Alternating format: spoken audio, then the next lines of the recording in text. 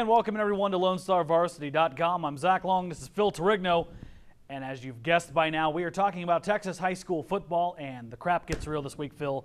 It is district time in Texas. There's really no more hiding at this point. Nope. All these teams have had a couple of weeks to sort of get going and try and iron out anything they'd like to, but it sort of begins now.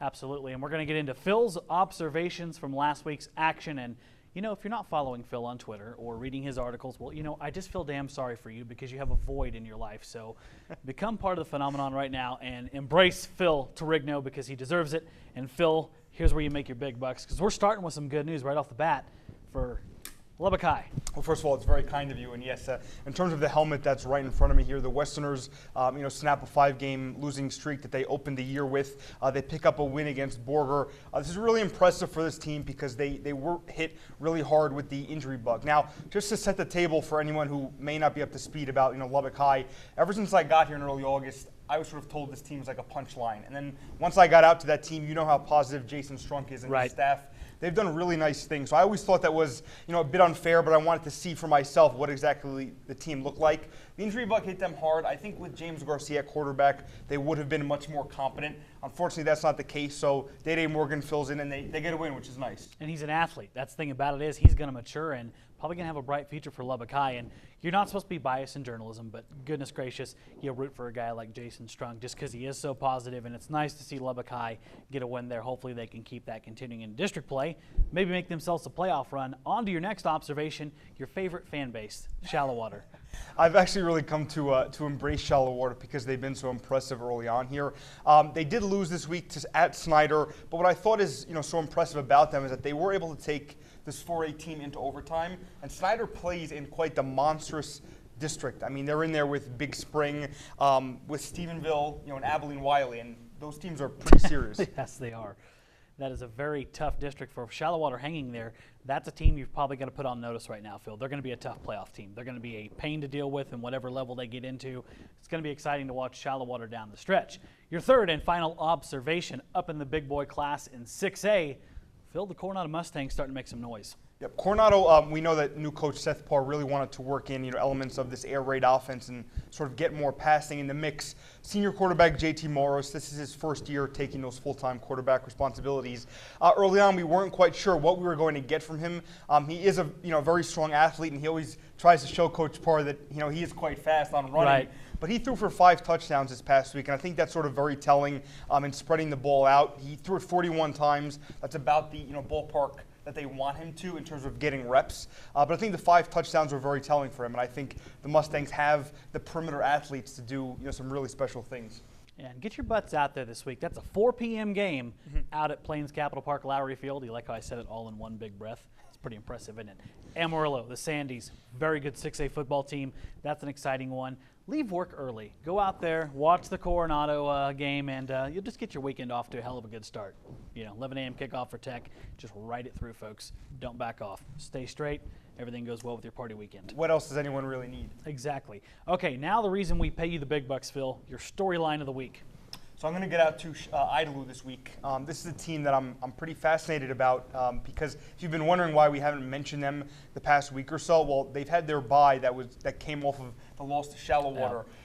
If I know anything from what I've observed personally and what you've told me, if Jeff Lofton and his staff have the chance to stew over something for 2 weeks, I think that Amarillo Highland Park, they're going to be in for something this week. Absolutely, and Idalou doesn't take kindly to losing, so I expect an inspired performance out of the old Wildcats. Yep. All right, Phil, let's put the money where the mouth is. Does that sound good? Games of the week, and we start it with that 6A district we've been yakking about all damn year. We said it was going to get fun. Now it does, and you get to make your debut at Friendship when they host Monterey. There's a lot to chew on with the District 2 6A. I think we've seen some positive things from a lot of the teams, but we've seen a lot of holes too. I think, for as impressive as Friendship has been, they've also had some, dicey losses. The head-to-head win against Cooper was so impressive because they won that contact area on the offensive and defensive lines. Monterey is strong in those areas, so it's not out of the realm of possibility that the Plainsmen could take this game. And if that does happen, that sort of flips everything we think we know about the district completely upside down. And that's a big boy atmosphere out there. Go out to Friendship; they'll have that place packed on both sides of the field. Should be be a fun one to watch. And your debut out there, the people at Friendship take care of you. So I think you'll have a blast seeing the big 6A football. Now down a bunch of classes, a game that we have had marked since day one of the schedule coming out, with Abernathy dropping down a classification. New Deal being the power that they are, we're going to see them in district. New Deal at Abernathy. The piece I did last week sort of, made the observation that it's very possible that this game will decide who ends up on top of this district in 2A. These are two teams that have started off strong. Abernathy more so in the record department, but New Deal just demonstrating really strong, patches of play. It's going to be, a definite one because there's a lot at stake here, even if not everyone might be remiss to admit it because it is only the first game of district. But I think this game, really will dictate a lot. Just a few miles of Interstate 27 separating those two school districts. I have a feeling that will be a little bit of a volatile atmosphere up in the lovely community of Abernathy. Okay, now on to our last game involving Levelland and Seminole. And folks, if you don't listen to Phil, here's reason why. He did a feature a few weeks ago, right? He said, watch Levelland. They're off to a rough start, but they're a good football team.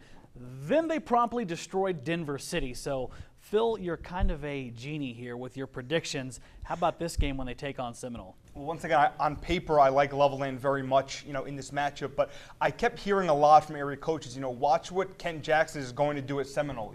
Keep an eye on Kent Jackson's team. And they really haven't shown much in terms of, that win-loss record early on.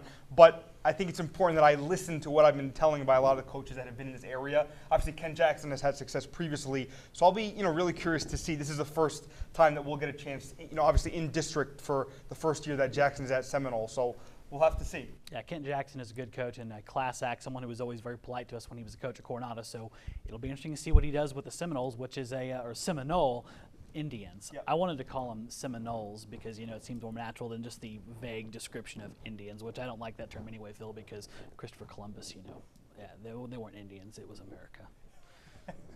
Phil got more than he bargained for today, folks, on this show. Speaking of more than you can bargain for, we have a ton of coverage over at LoneStarVarsity.com. LubbockOnline.com, your iPhone, your iPad, whatever you want to do, go find Phil and all of our lovely staff's information. We're going to keep you locked in on Texas high school football. More fun than a bag full of cats. You ever had a bag full of cats? Not lately. It's a lot of fun. All right, that's going to do it for now, though. Get out there, read Phil's stuff. We'll see you on Friday with a whole mess of high school football coverage. You're on LoneStarVarsity.com, brought to you by Happy State Bank. I'm Zach. That is Phil. We'll see you next time, hopefully. Thank you.